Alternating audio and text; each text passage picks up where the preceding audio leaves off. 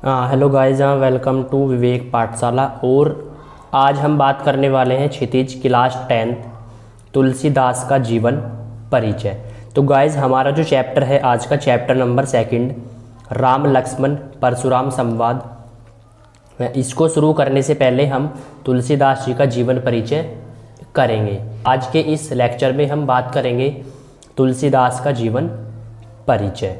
तो गाइज, शुरू करते हैं हम सबसे पहले तुलसीदास जी का जीवन परिचय। चैप्टर नंबर 2 क्लास 10 हिंदी, क्षितिज भाग 2। तुलसीदास का जन्म उत्तर प्रदेश के बांदा जिले के राजापुर गांव में सन 1532 में हुआ था।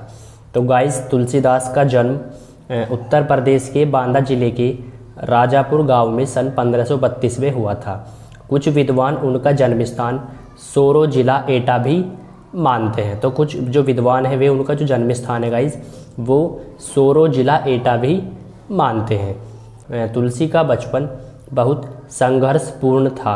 जीवन के प्रारंभिक वर्षों में ही उनके माता पिता का देहांत हो गया था। कहा जाता है कि गुरु कृपा से उन्हें राम भक्ति का मार्ग मिला। वे मानव मूल्यों के उपासक कवि थे। राम भक्ति परंपरा में तुलसी अतुलनीय है। रामचरितमानस कवि की अनन्य राम भक्ति और सृजनात्मक कौशल का मनोरम उदाहरण है। उनके राम मानवीय मर्यादाओं और आदर्शों के प्रतीक हैं, जिनके माध्यम से तुलसी ने नीति, स्नेह, शील, विनय, त्याग जैसे उदात्त आदर्शों को प्रतिष्ठित किया। रामचरितमानस उत्तरी भारत की जनता के बीच बहुत लोकप्रिय है।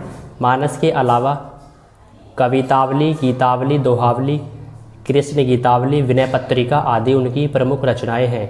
अवधी और ब्रज दोनों भाषाओं पर उनका समान अधिकार था। सन 1623 में उनका देहांत हो गया था। तुलसी ने रामचरितमानस की रचना अवधी में और विनय पत्रिका और कवितावली की रचना ब्रज भाषा में की। उस समय प्रचलित सभी काव्य रूपों को तुलसी की रचनाओं में देखा जा सकता है। रामचरितमानस का मुख्य छंद चौपाई है तथा बीच बीच में दोहे, सोरठे, हरिगीतिका तथा अन्य छंद पिरोए गए हैं।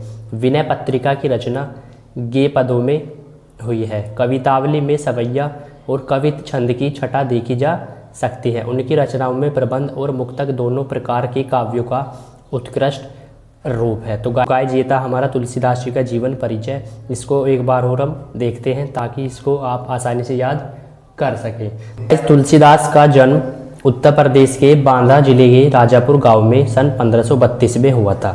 तो गाइस, तुलसीदास का जन्म उत्तर प्रदेश के बांदा जिले के राजापुर गांव में सन 1532 में हुआ था।